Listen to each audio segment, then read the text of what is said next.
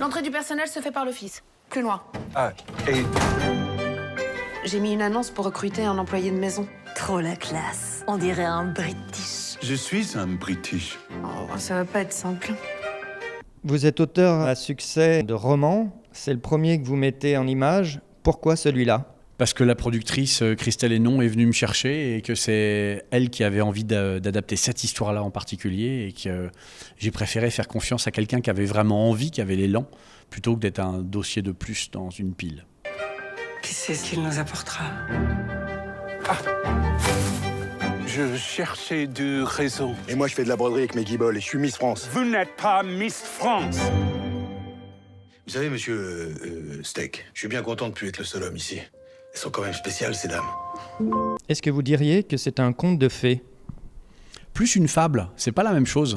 Un conte, il y a une dimension onirique, alors que la fable, elle a pour moi un aspect très universel, très décontingenté du matériel. Donc en fait, le film se passe aujourd'hui, ce sont des sentiments universels d'aujourd'hui, dans un climat qui est un tout petit peu décalé de notre réalité.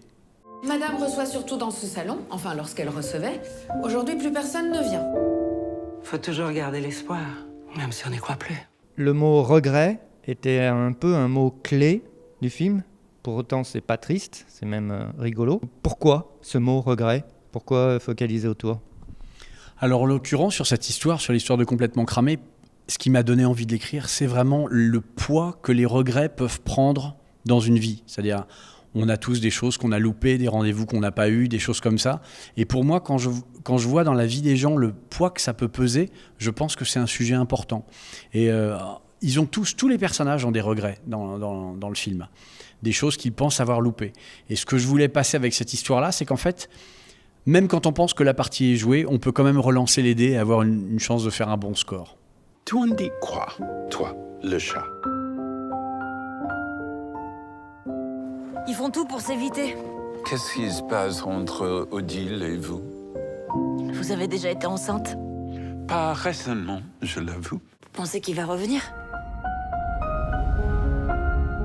Quelle chance de majordome devant ce Blake. Je vous ai menti.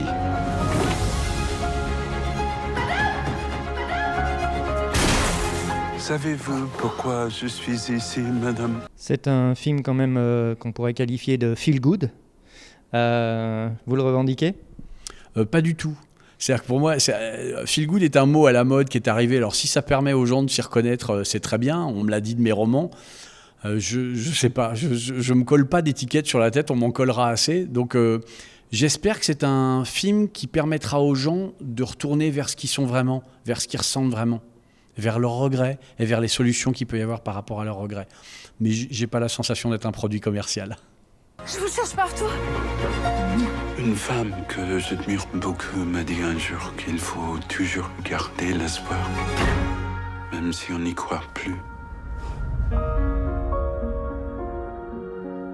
Si tu parles, je t'épile.